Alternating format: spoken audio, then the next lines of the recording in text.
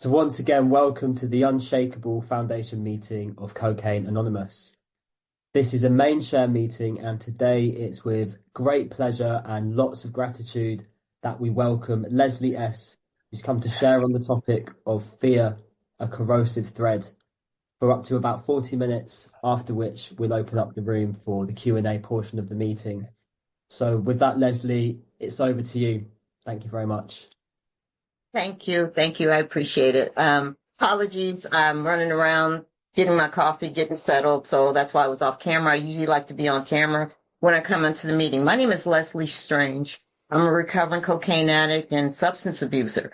I alcohol, weed, acid, snorted heroin, did crystal, black beauties, mollies, Valium, Xanax, anything over the counter, Allerest, anything that'll affect me, Benadryl, Excedrin PMs. I mean, I think you kind of get it. But that's what I did.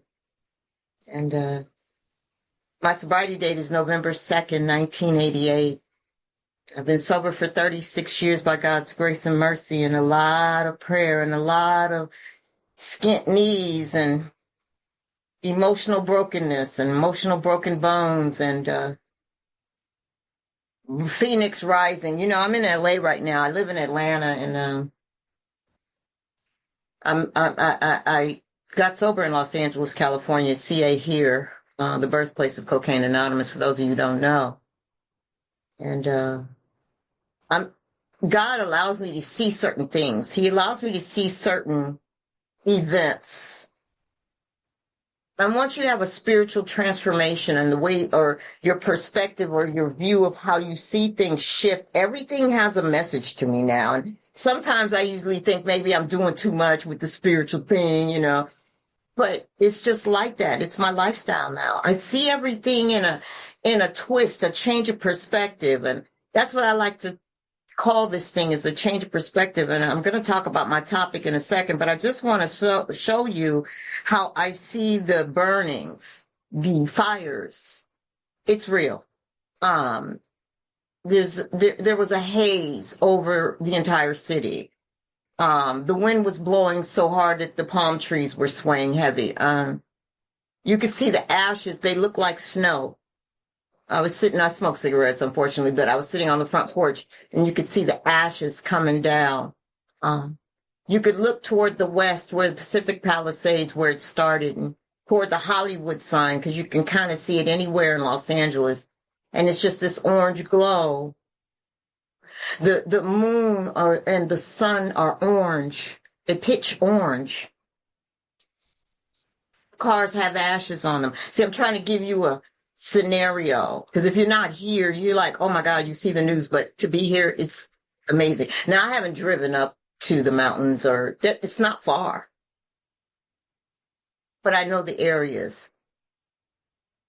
But there's something, it related back to me and my fears and how I acted based on self-centered fear, and I burned my life to the ground based on decisions based on self, based on my fears and my projections of what's going to happen, and me trying to stop and intercede in the process of whatever it is that is so overwhelming in my life. And I know these people are terrified, and I've gone to some meetings in Beverly Hills and Hollywood while I've been here, because I go to meetings heavy when I'm here, and I go to those meetings and I see those people sitting there, and they say, hey, I'm sorry I'm late, or I came to this meeting because I had to evacuate today, and I had, and I see their calm, even though they don't probably feel it. I see their calm. When you're in the midst of grace, it's something about when grace is gracing, when God is doing what God does,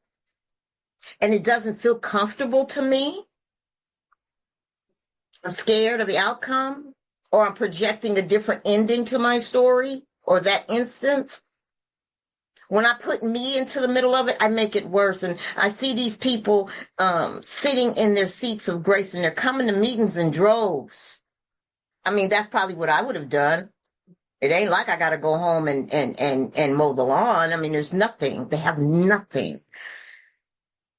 And all I see is fearlessness in their fear.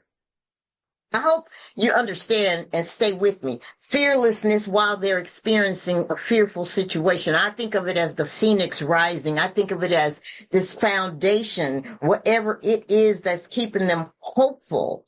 I was watching a movie called The Conclave, and it's about Catholic priests and when the Pope dies in the process. And one of the speeches, I can kind of get it, but he says, when we're certain, we're arrogant. When I'm certain and I know exactly what's going to happen and I'll tell you what's going to happen and I believe what's going to happen, that's a sense of ego and arrogance. But uncertainty breeds hope.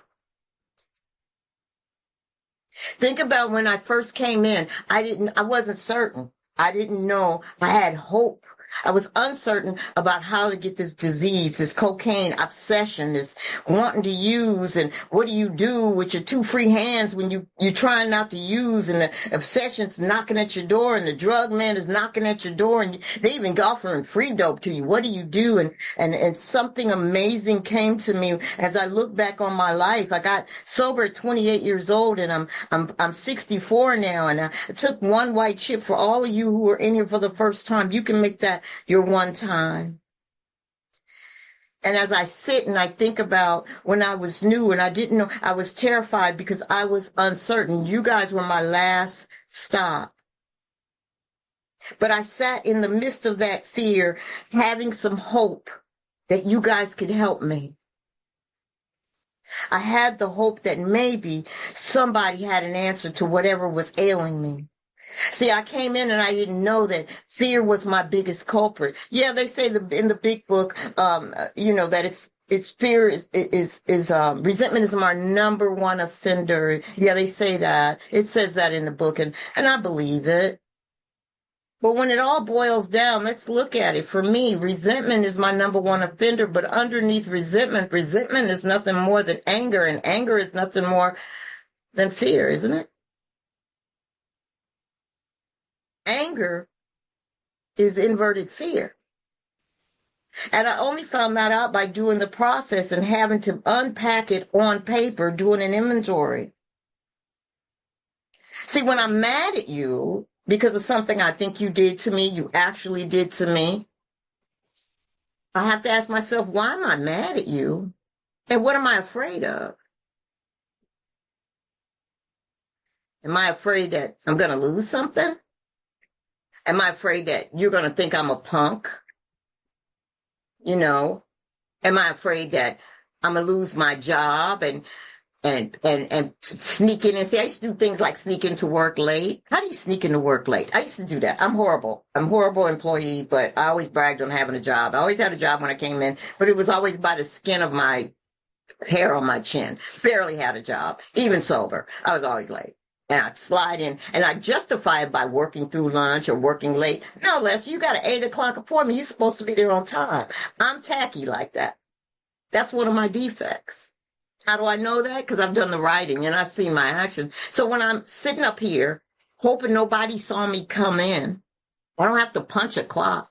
Hoping nobody saw me come in. I could lie on my timesheet and say I came in at 8 o'clock, because you type it in nowadays. Now I'm walking around for 8 hours terrified. I'm scared that somebody's going to catch me. And then if you call me to your office as my boss and say, hey, we need to talk about, can you get here a little bit on time? And now I'm mad because you done confronted me on my defect. Am I the only one that experiences, I'm a good gaslighter. Oh, I guess I'm the only one. So, I like to thank you, Isaac. Somebody, y'all, the rest of y'all lying. But I'm a good gaslighter. Now I'm mad. Hi, Andrea. I'm mad because you done checked me. And the company does not say Leslie Strange Incorporated. So I'm really pissed off. And the pissed offishness is because I'm terrified. The reason why I picked this fear thing is because the longer I stay sober, I start thinking on things. I told you I make everything spiritual and everything has a message in it. And when I start thinking about fear, financial fear, What does that look like? What does financial fear looks like for Leslie? When I'm scared financially, I start thinking of ways that I can screw the government, or I can try to get some free stuff, or I can borrow some money from somebody knowing I can't pay it back, or I can, manipulate my guy that I'm dating, or I can beg upon a couple dollars and stuff. See, fear, self-centered fear makes me start thinking of ways that I can fix it. I always got a plan, man. I have this thing called CI. For those of you who don't know what CI is, creative intelligence. And when it works in a good, positive way, it's great. I can come up with great ideas when I'm talking to Alicia on the phone about how to make herself, more employable. And I got great ideas, spiritual, I'm just floating. My halo is the bomb. I got these ideas.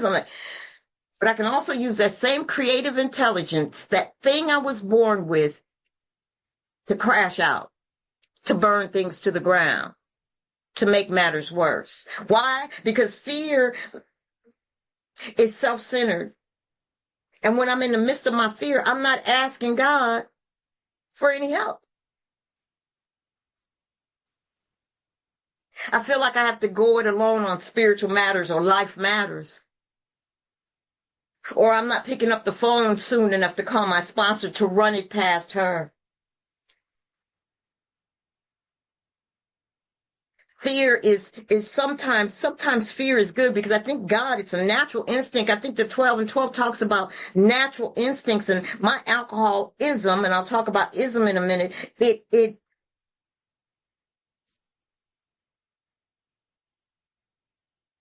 makes things bigger than they really are. My magic magnifying mind stretches the truth. I'll give you an example. And I'm trying to piece this in and paint you a strong picture of what fear is. Bill wrote, he said, resentment is our number one offender. And then he turns around and says, fear is our corroding thread. If you've ever done it, how many people, I hope you've done a fear inventory. If you haven't, it's real simple. You write down the fear and what's the cause of it, and was there self-reliance in there? Yeah, it's just a straight yes. And what was the cause of the fear? And when I look at my fears and I look at how scared I make myself, because what do? I tell myself scary stories. If I don't get this money during the pandemic to pay my mortgage, I'm going to lose my house. Then what? Then if I lose my house, I'll be homeless. Then what? And then if I'm homeless, I'll probably have to rob a bank or become a stripper. That's it. Then what? Then I'll be stripping for money, and I'll have to probably do more drugs and alcohol. Then what? And then I'll get fired because I'm 64 years old, and 64 years old on those glass heels don't do very good. Thank you, Andrea, for staying with me. Alicia's with me. And thank you, Young, for, being a stripper. That doesn't do very well. That's not a good look. Strippers with cellulite that don't go together in Atlanta, Georgia, where everybody's ass looks like it's been made in a machine shop. Beautiful. Okay. How do I know that? Just shut up. Don't ask me. And then I'll end up being a stripper. Then I'll get fired. Now I'm an unemployed stripper that's homeless. And then what? Then somebody will offer me some drugs and I'll take it. And then what? I'll be living under a freeway underpass with some bums and criminals and felons and rapists. And then what? And then they'll rape me and beat me up really bad. And then what? And then I'll overdose and die. I just took you on a journey of my mind. The then what's is the story I'm drawing. I'm connecting this thread of fear. Fear is like a corroding thread. I don't know if any of you have sewed, if you sew, any of the men or the ladies know how to knit or crochet. When you drop a stitch, it leaves a big hole in your sweater. And if you're doing some knitting and crocheting, you have to unravel the stitch a little bit, go back to where you dropped that stitch and pick it back up. Well, fear is like that. It leaves holes in you, and it's a corroding thread. So when you put the sweater on, it'll fall apart. Sort of like my sweater. Somebody just said it in my head. I just heard you. It's cut like this. Shut up. It was made like that. So, fear is a corroding thread. It ruins my life. It makes me give up hope. Now, some of you say, well, what does that have to do with relapse? All of this is about relapse. Oh, yeah, I was scared. I was scared, but I wasn't thinking drinking. Drinking and using is thinking about your ass. Don't worry about it. It's thinking about you. Bad relationship, screwing up a relationship, screwing up in the relationship, not making good money, my self-esteem, my ego and pride, all of those are backed by fear. Third column. Now, I hope some of you are staying with me because I know you say, oh, she's all over the place. No, stay with me. It makes sense. I'll tie it up in a nice bow.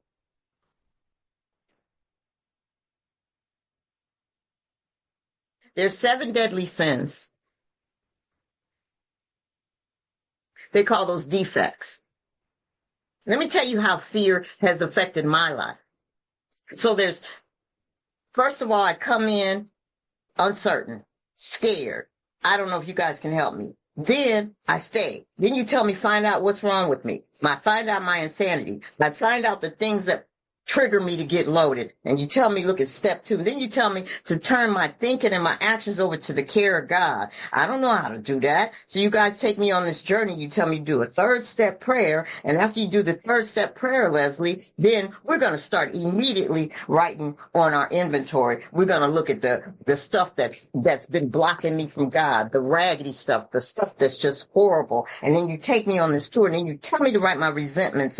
And the way we do it here is we have a 4-column resentment inventory. And in the 4-column resentment inventory, I put the name of the person, place, or thing. I put down what they did, fancied or real. Because it can be delusional. That's why you need your sponsor, And then the 3rd column. So listen to me. One day, I'm in my house by myself, and I'm going, wow. Those effects? My self-esteem, my personal relations, my sex relations, my ambitions, my security, my ego and pride, and whatever else that is that's in there. Whatever the 7th one. There's 7 different choices. I'm not trying to give a book study, but this is how I was taught. Well, if I got a resentment with you, Andrea, and I have to say, okay, what's affected? If you affect those areas in my life, they're all fear-based. Check this out. Watch how fear is so cold with it. I don't know if resentment is my number 1 offender or fear is.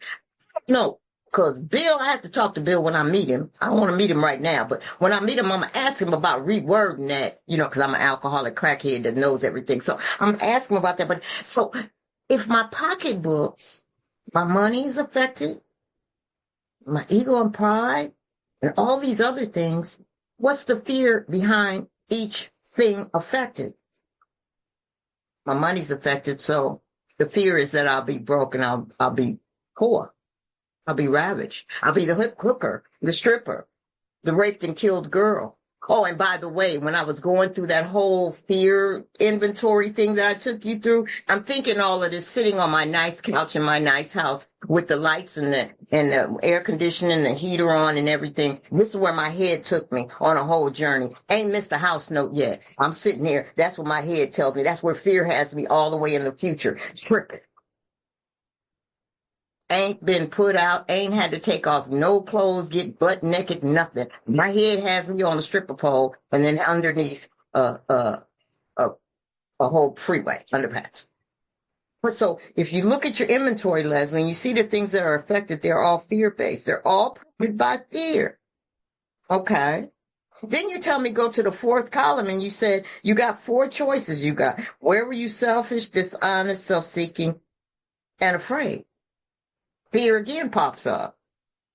Then you tell me to write a whole fear inventory. And I'm not talking about the fear of snakes. And I'm not talking about the fear of flying or something like that. I'm talking about real fears like I'm afraid I have a son that's 25 years old that lives here in LA. And that's why I came for Christmas, so I could get both my boys together. One lives in Georgia with me, one lives here. And I got the boys together and I'm really good. But do you know that I live in Atlanta and he lives in South Central, as you guys call it, South LA, which ain't the nicest.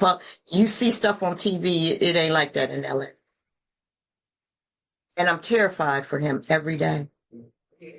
Now, Alicia, my sponsees may know that, but I don't show it and I don't act it because I have to turn it over to the care back to the third step, I have to turn my thinking over to the care of God. So what does that mean? I have to say, God, protect my 25-year-old. He's a black kid that's never been in any trouble with the law. He's never been arrested. He doesn't sell drugs. He might smoke a little pot. That's cool. 25, I was doing more. I was hoeing and smoking and licking and biting and everything else. So judge me not, please. So yeah, I said it. So, and I've got this 25-year-old beautiful, precious son that's out here.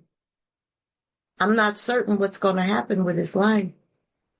But my not certainness gives me hope that God is going to take care of him in the midst of people making these decisions around him.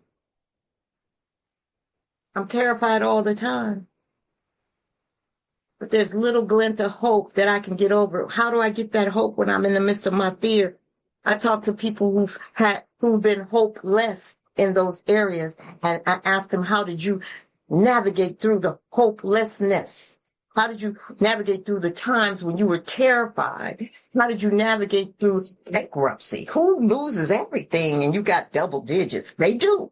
How did you navigate through that marriage that you had to let go of? How did you navigate through that hospital stay and that dementia and that Alzheimer's and your mother dying on Mother's Day? How did you navigate through those things? And how did you walk with fear? See, they say fear and faith don't dwell in the same house, but I choose to believe they do. I can be scared as hell, but the fear I walk with until I become faith-filled.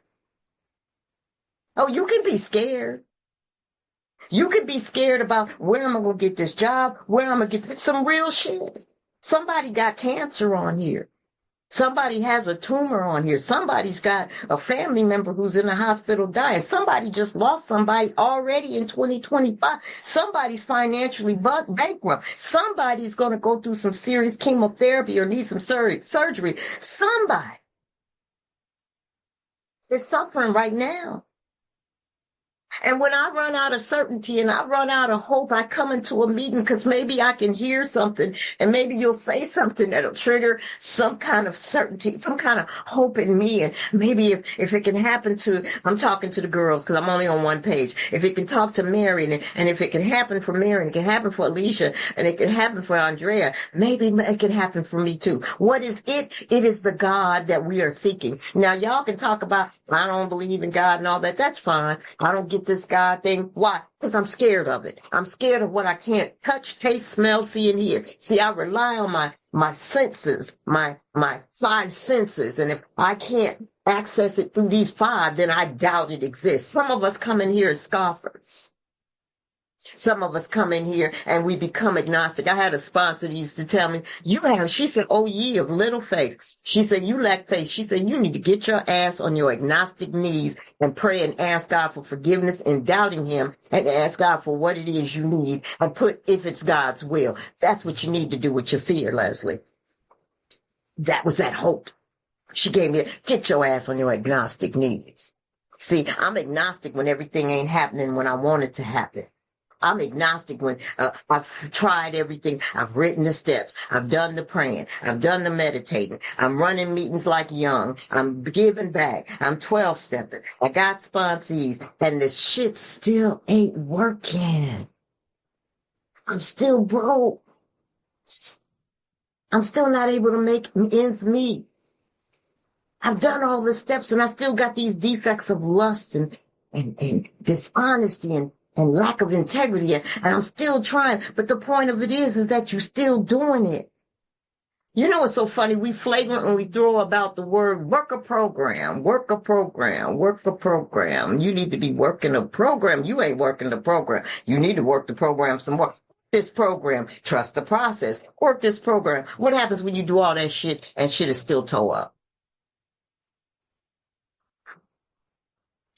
And then you start losing faith in the system because you're so full of fear that you're going to be in this position the rest of your life. The rest of your life. My magic magnifying mind will have me in the worst case scenario. Think of your worst horror movie, Zombieland. People walking around eating each other. I'm terrified. It ain't. My mind, my creative intelligence is just so warped.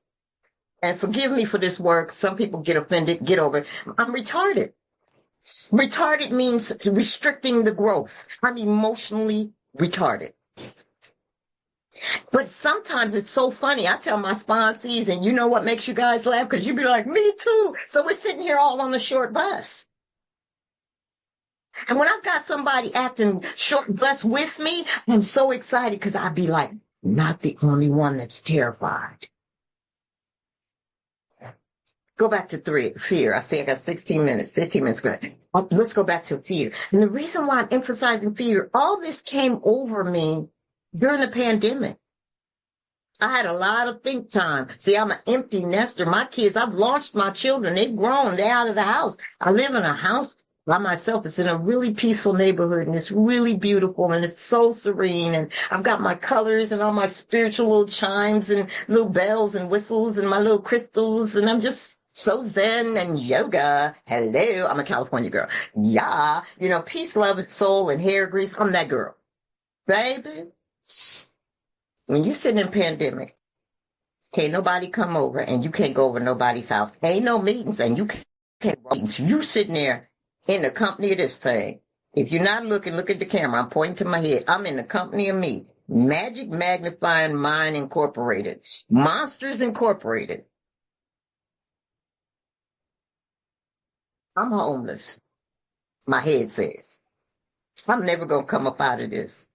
This is the end of the world. I don't know about y'all. I don't know how many people thought it was the end of the world. I was terrified. I was losing weight because I was too scared to eat. My fear comes out as self-annihilation. I stop eating. Now, some of y'all do the opposite. They got a 12-step program for that. But mine is I stop eating when I'm scared. And my fear becomes depression. And when my depression kicks in, it's agitated depression, so I'm in a fetal position. Can't get up off the couch. But then there's a little glint of hope that comes in and says, wait a minute. I think Young's got a noon meeting called Unshakable Foundation. Wait a minute, what's that? I'm going to get on this meet so I can hear some hope, so I can see some faces. I can see that somebody else is struggling. I can hear somebody else talk about how they got over certain things. I can make that uncertainty hope that I too can recover. I mean, the book talks about some of us will never make an earning capacity and be millionaires. Some of us may always struggle financially, but are you okay, Leslie, with struggling financially or never meeting these dreams and goals? Are you okay with that? Are you okay to be fearless enough to trust the God that you chose to try to understand? I remember one time when I was single and I said, why can't I just find a good guy? Why can't I keep getting these guys. I either have to be their mother or I have to be their financer. Bought men cars and some of all these women, you done bought cars, and I'm going to uplift him in his business and make sure he gets his business off, and I'm going to be everything like I done seen on the Brady Bunch or on the Bill Cosby show and all that. Oh, I'm going to be the best woman ever, and I'm going to make sure he has everything he wants. Shut up, Debbie Gill. I see you, baby. I'm going to make sure and then I keep getting these men. And one day there was a small voice. This happened silly. And it said, Leslie, what if you never got that man? What if you never got your twin flame? I pose that question to some of y'all. What if you never got that person? I think Kathy got hers, but hi, Kathy MC. But and she's not. He's like, yeah, she got it. Shut up. She ain't talking to you, Kathy. Yeah, no, I saw you, babe. Would you be okay if circumstances never changed or they got worse?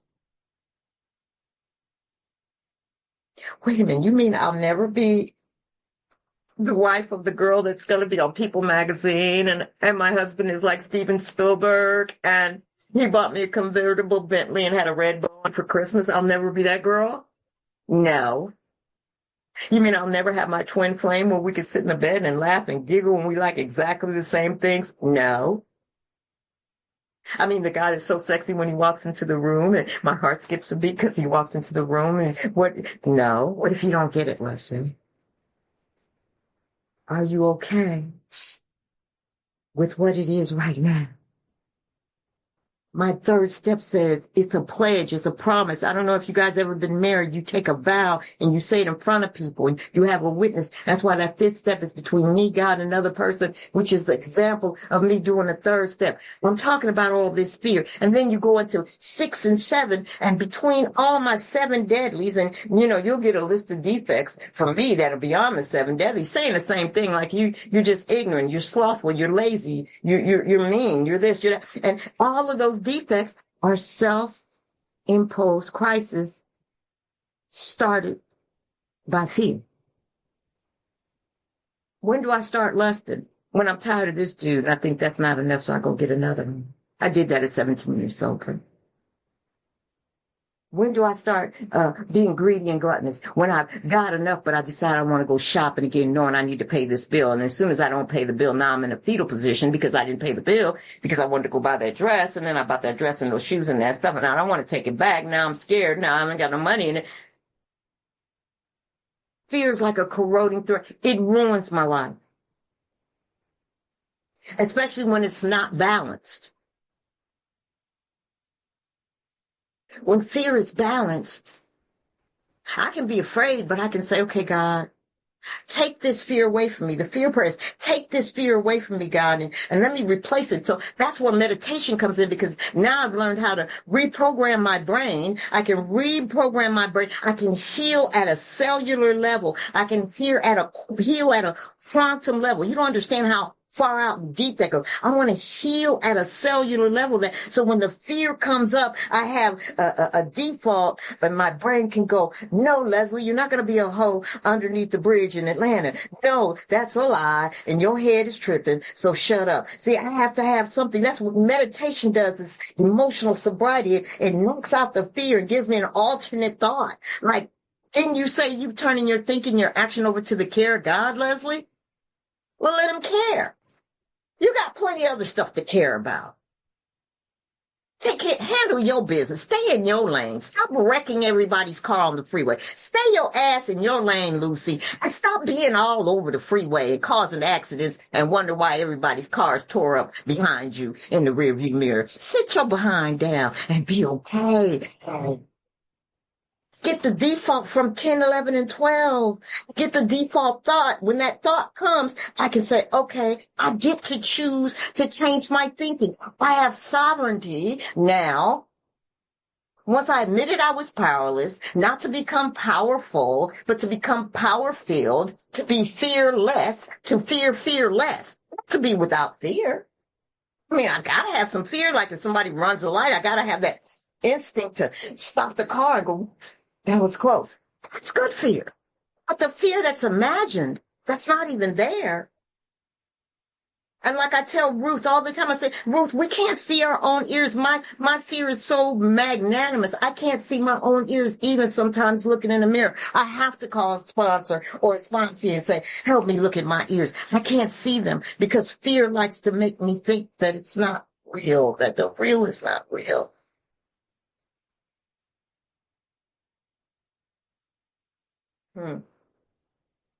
See, I do things out of fear, like sell my mom's house and keep all the money and owe my brother. And I'm like 20 years sober and I owe my brother half the money, but I decided, or took it upon myself not to give him any money because he was suffering from smoking crack at the time. And I had 20 something years and my fear was like he was going to screw up the money. So instead I took the money and screwed it up. Shut up. Don't judge me. Sober. Let's talk about what's real. Talk about stuff I do sober. Well, yeah, we know what the fears are that are driven. It drives me to get loaded. But what about those fears that I ain't got no mind-altering chemical in my body? I'm going to bring it back. I said I'm going to talk about alcoholism. Ism means I sponsor myself. Shut up. Somebody in the back, write that down. I like Kathy. I'm coming over, Kat. I sponsor myself. Or I separate myself. You know what fear does? It separates me from the realities of when I said I'm going to give my thinking and my action over to the care of God so I can care for other things like my emotional and spiritual sobriety. about the people I've harmed or the things that I need to do, and I stay in my lane. God handled the rest. I trust you. I'm telling God I trust you, and then I turn around and do some untrustworthy shit. Then I wonder why my friends don't trust me, because I've acted untrustworthy, so I'm not worthy of trust. Of course don't nobody trust you with their social security number. See? I'm trustworthy today, baby. You can give me your birth certificate, your social security, because I don't want the good fear is I don't want the karmic smoke that comes with stealing and lying and lacking in integrity and truth and honesty from people. I love being trusted. I love being depended upon. I love sitting with my baby Ruthie and say, okay, let's go through your finances, baby. Let's see where you got a slow leak in your finances. Let's see what's messing up. See, there's financial inventory to get rid of the fear of lack.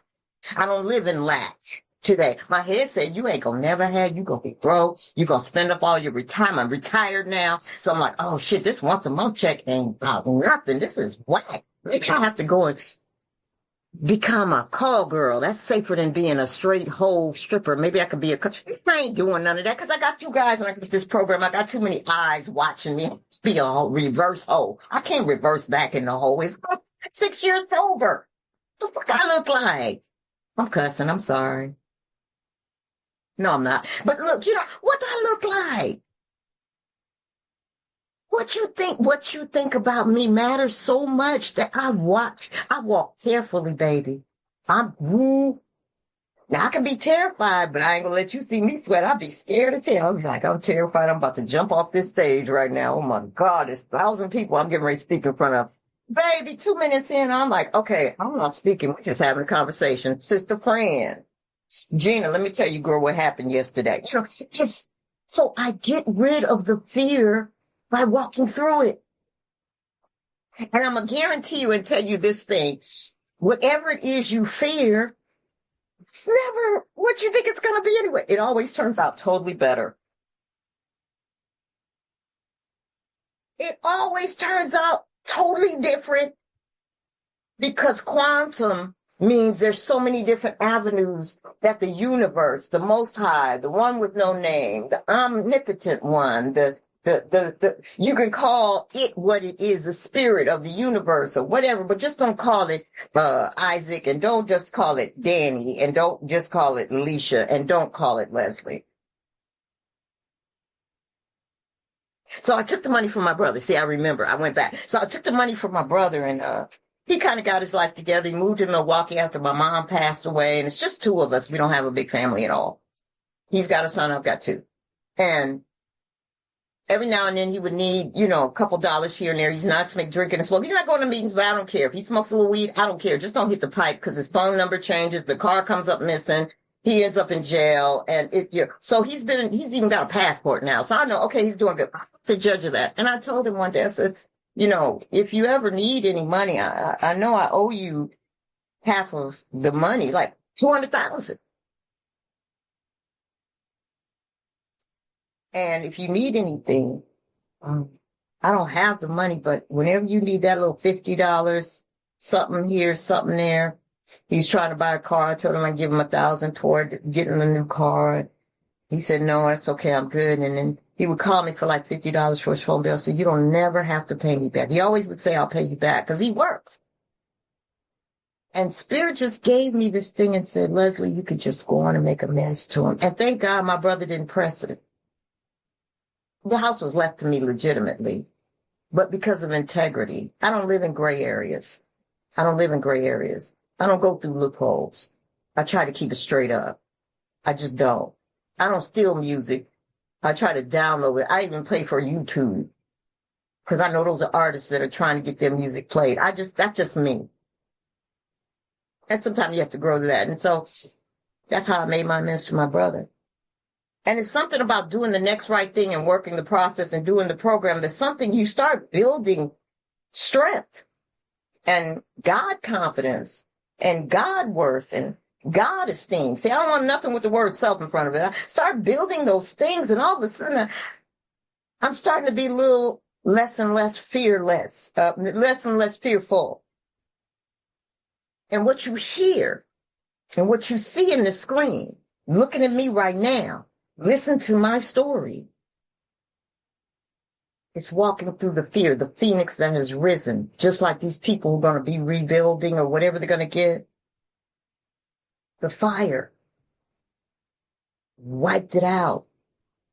We burned our lives to the ground, but we are the hope that something is being rebuilt. And sometimes it's nothing more than a prayer. God, help me. Now, you don't know how the help's going to come. You don't know when the help's going to come or where it's going to come from. I know those people don't feel like, oh, this is grace right now. You don't feel like grace when you can't reach over and find your favorite T-shirt, or you can't reach over and get your remote and watch the TV. Grace, sometimes grace don't come dressed up as grace. It comes dressed up as bullshit. And they could be mad. I see you. And they could be angry, and they could be full of just the jitters and stuff. But remember, fear is the food that feeds the third column, and fear is the food that feeds the resentment, and fear is the food that feeds the defect, and fear is the food that feeds me not wanting to go through these steps, and fear is the food that makes me be crazy without a drink or a fix. So the answer would probably be, stop feeding the fear. It don't need no more food. My name is Leslie Strange. I'm a recovering alcoholic. Thank you, you guys. I love you big. First up, we have Mike. Would you like to come in with your question?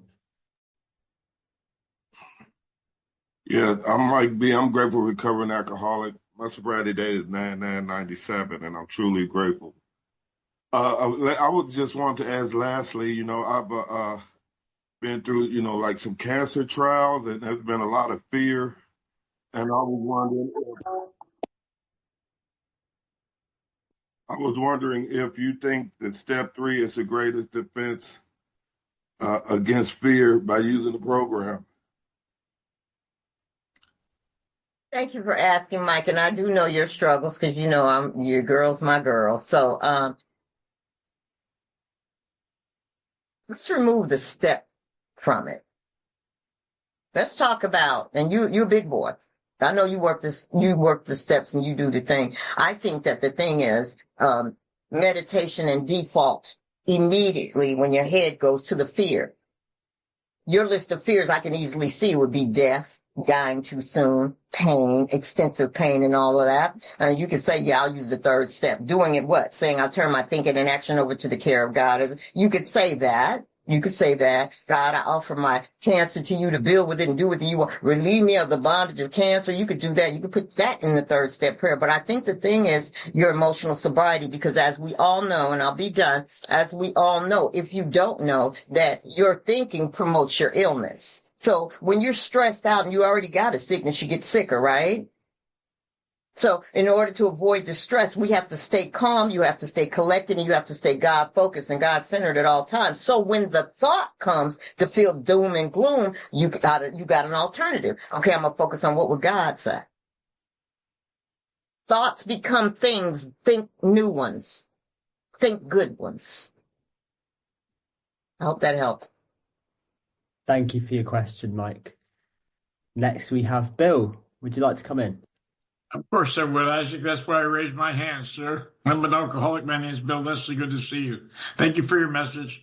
Thank you for sharing your gift with my sponsor. That's a big thing, because you guys found each other. You know each other a long time and ended up together as God would have it.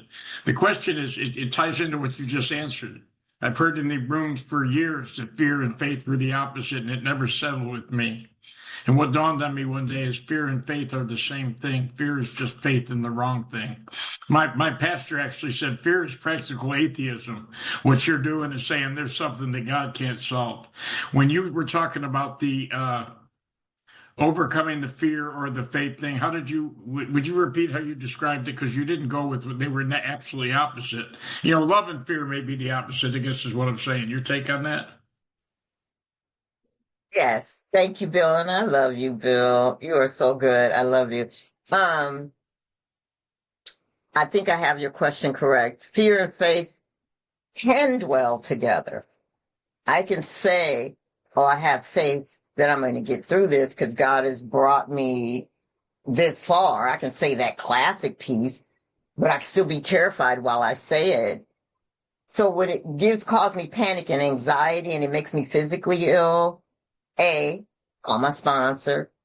B, if I don't have access to call anybody, I change the default in my thinking. And my thinking may say, okay, you're getting ready to lose everything. If I lost everything, would I be okay? Yeah. And then the numbers on the steps become automatic. The numbers fall off eventually. So you start living automatically and, oh, this is a bad thought. This is a dark thought. Let me think of something better than that. Okay, I'm going to be okay. These are the things I got to do today. And I stay in the right now. Another thing that I wanted to add is that I look at the clock. It's 50 minutes, 50 minutes after the hour. 49 is gone. 51 is not here yet. Is everything okay in this minute, right now? And if I stay there and I keep looking at the clock, you can use that and it melts the fear away. And I have to keep doing it and keep doing it. So it's not really about a step. It's just about reversing my thinking and getting through this process. Take care of your business, handle your steps, do your amends and all this stuff. And then you can do 10, 11, 12 and focus on that. I hope that helps. Thank you. Thanks for your question, Bill. Michael, would you like to come in? Yeah, thanks, Isaac. Thank you very much for the share. It was absolutely amazing. So I hear like a lot of there's healthy fears and unhealthy fears. And I'm just gonna go, for example, for me, one of my fears when I did the fear inventory was a fear of relapse. Is what makes it healthy, do you think, is the motivation to make sure it doesn't happen? So the action that I then put in from a fear of it. It's like, because my head it didn't go to like I was going to be a stripper or whatever, but it certainly took me to a dark place. So then I'll put in a lot of positive action to make sure that it doesn't happen. Do you believe there is a healthy fear and an unhealthy fear depending on what it motivates you to do or not? Thank you for that question. I think fear is something that God put in our bodies to protect us. Let me give you an example real quick. There's a chemical, many chemicals. There's a chemical in our body called cortisol.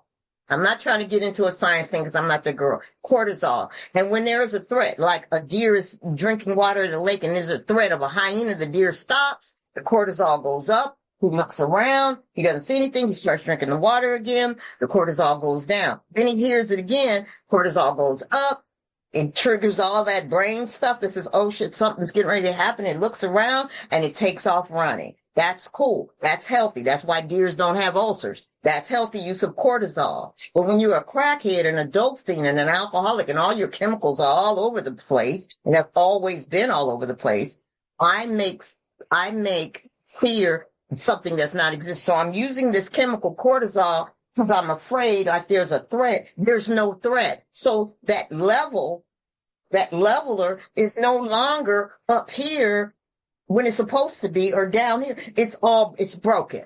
So now I have unnecessarily fear. So personally for me, I believe fear is a good and a bad thing. It depends on what you do with it and what your actions is. You can be afraid of something and not take action. Well, I'm afraid of guns. If I see a gun sitting on a table, I have a heart attack. But somebody told me a gun's not a problem until somebody picks it up. It can be sitting there. I feel like the gun has a mind of its own. But the truth of the matter is nothing can happen with that gun unless somebody picks it up. So fear, if it promotes you to do the next right thing, cool. If you act on the fear, then you have a problem, especially on a bad fear. And we always going to be scared about getting loaded anyway. You should be the rest of your life. Be afraid, be very afraid. I'm afraid now. I love you. Great question. Thanks, Michael. Danny, could you come in with your question? Yeah, thanks, Isaac. I'm Danny. I'm an addict. And thank you so much, Leslie, for your share. Quite similar to the first couple of questions, really, but my question for you was, how do you become God-reliant in fearful situations? Thank you. Your question was, how do I become God-reliant in fearful situations? Big question. I'm going to talk from an angle of not being 36 years sober. I'm going to talk from an angle of somebody who doesn't have the practices that I have. I asked myself this thing when I was new. First of all, when I didn't have a connection to a power and I hadn't gone through the steps, I had to lean on the rooms. I had to lean on my sponsor. Had to. I was sponsor reliant. I was rooms reliant. I'd walk around asking people, how you do this, just like you just did. And then working through the process of the steps. How do you become God reliant? Don't rely on you. Don't rely on yourself. And if you have a thought, fifth step, 12 and 12, read it. It says, why we don't go it alone on spiritual matters is dangerous. Read the fifth step in the 12 and 12 as to why your ass need to run stuff past somebody else. How do you become God reliant? Stop relying on you. And it'll tell you why you got to call somebody if you have a bright idea. The brainstorm or the grouch, the big book says, is not good for us. It's not sexy for me because I will take this ponytail off, fight somebody, and put it back on. So, I can't trust. I don't know where that came from. I can't trust me. Can't trust me yet. I'm not trustworthy yet. And even today, I still run stuff past my sponsor. So we're never escaping that. I'm still learning God reliance. I'm still agnostic at times. I hope that helped. Thanks for your question. Lastly, but not leastly, we have Layla. Would you like to come in? Well, yeah, this is Layla and Kirsty, actually. We're in the group together at the moment. Hi, Leslie. We just wanted to introduce ourselves, and I just wanted to say thank you, Leslie, for an amazing share. It was absolutely brilliant. I love your humour. I found a lot of what you said really funny, and really encouraging. We're really new in the process at the moment. So I'm currently 2 weeks sober, and only had a sponsor for 1 week. But coming into online meetings every day, attending meetings in person 3 times a week, reading the book and praying every day, meditation. I just wanted to ask really if you had any tips for me moving forward. Well, for us. First of all, stop saying us, because y'all ain't gonna do this shit together correctly. First of all, she got 12 steps, your ass got 12 steps, and you can't work 24, neither one of y'all. So kick that us shit out the way. Anyway, I said it. Don't judge me. Yeah, judge me. Anyway, girl, stay close. All you can do right now, you ain't did no work and you just got a sponsor. And don't skip sponsors. Keep that same damn sponsor. Even if she get on your nerves and she sounds short bus with a helmet on and she's licking the windows. She's got on propeller beanie and a diaper. Stay with her ass, because that means you got one on too. Stop skipping sponsors and go to meetings and don't do what you want to do and do what you don't want to do. That means when you don't want to go to a meeting, take your ass to a meeting anyway. And let me know what happened, because I will come to your town and fight you if you don't stay sober. Both of y'all, separately. I can't fight. I'm done. Thanks, Layla, and thank you, Leslie, for taking the time to answer all of